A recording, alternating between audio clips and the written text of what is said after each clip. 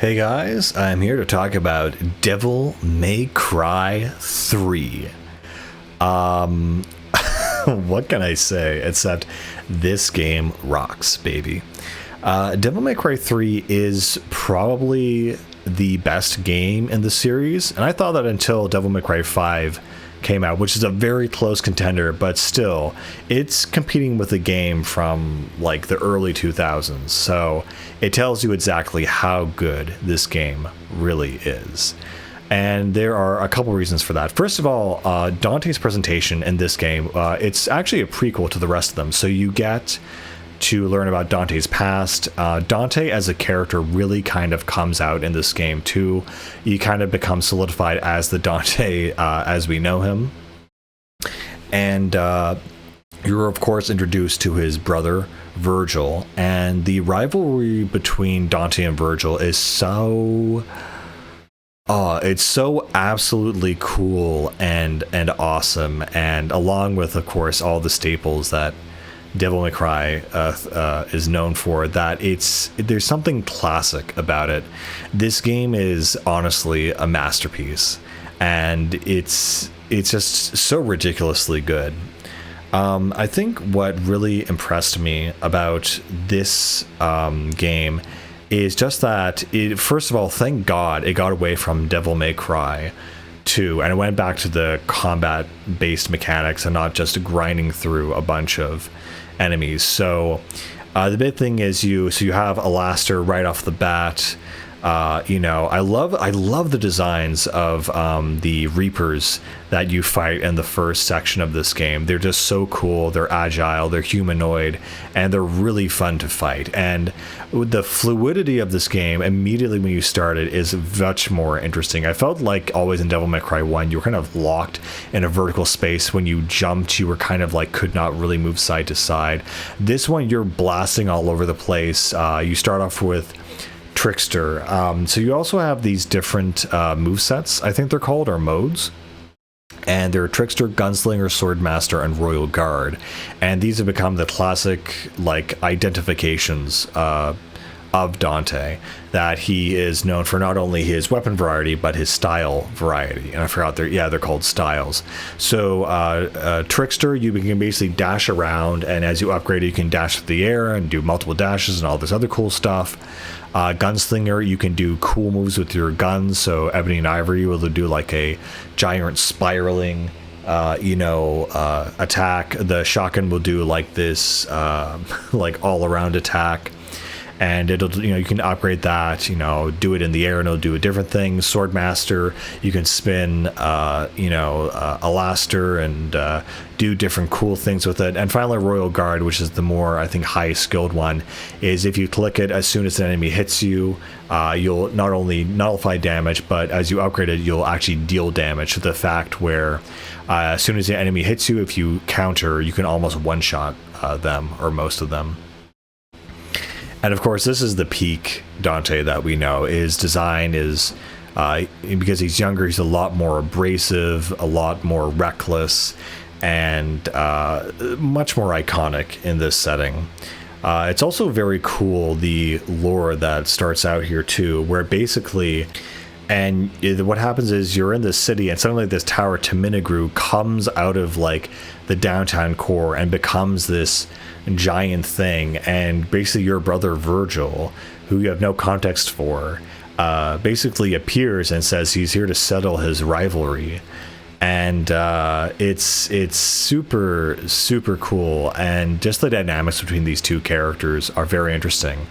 There's also the other two characters in the game, Lady and Arkham, and I don't know if people like intentionally do this, but her name is actually Mary. I don't know, like it's like even Arkham, well, I mean spoilers, but Arkham calls her that. Her name is Mary.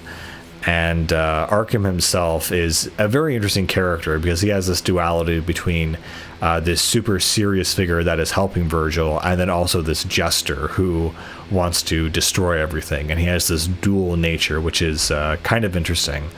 And what starts out as like one note characters quickly develops into much more interesting characters.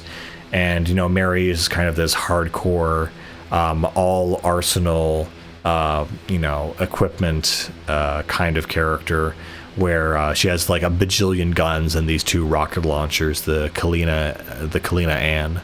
And you can, not in this game, I'm sorry, in the other game, you can combine them. But you get like rocket launchers, you get shotguns, you get an array of great weapons. But this is when Devil May Cry finally like stood into its shoes and felt really, really good.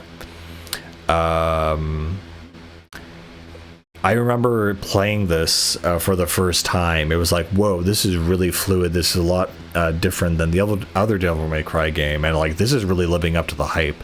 And what really impressed me about it was not only the kind of combos you could do, but the fact that everything was just faster. And I think notoriously, the North American release, the normal mode was actually the hard mode. So the game itself is much harder overall. And what I find is that I could actually dodge and maneuver much better, and the game just feels alive is the only way I can describe it. Something that was in this game, and I think in previous games, are things like holy water, besides the healing items, which is like damages and kills every enemy on screen, which was super useful, especially when the boss is on his last piece of health. There's also a lot more variety to the bosses in this game. There aren't a lot of repeats. There's one that takes place inside the body of like a whale, and you have to escape after you kill it.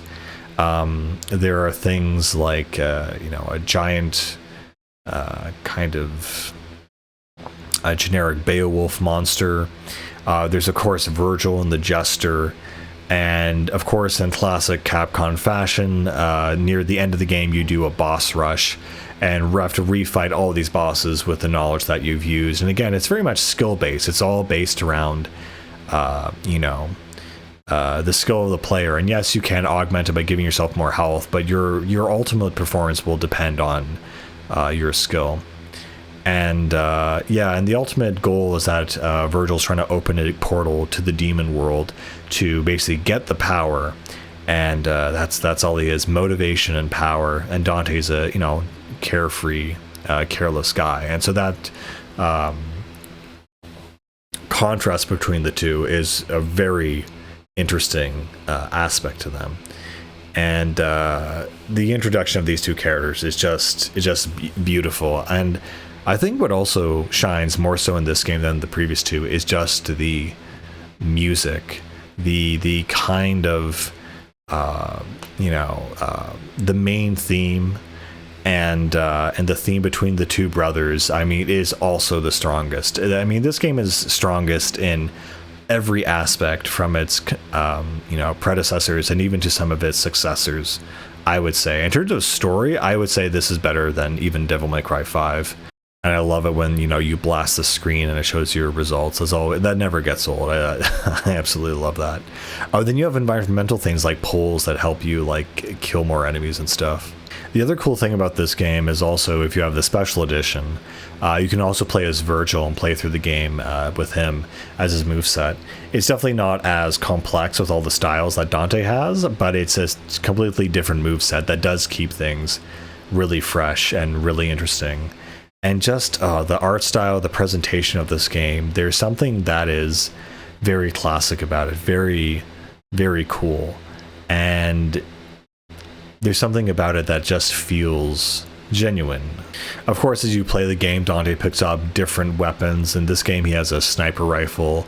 I think one item he has in this game that I people might want to see return is he gets a electric guitar that shoots electric bats at people. Just this whole game from start to finish is such a wild ride and so incredibly fun to play. It's just ridiculously enjoyable. And the climax of this game is incredibly cool and incredibly satisfying, and it's definitely one of my favorite games, and obviously the best Devil May Cry game. And the story gets actually pretty emotional, shockingly. And overall, it's just fun. I don't know what else to say about it. It's absolutely a classic game, and I absolutely love it. Another really fun thing, I kind of wish more games did this, but in the credits, you can actually still fight in the credits, and you're fighting this wave of enemies almost seemingly infinitely. And I don't know, that was like a cool little thing that you can like show off your moves at the end of the game.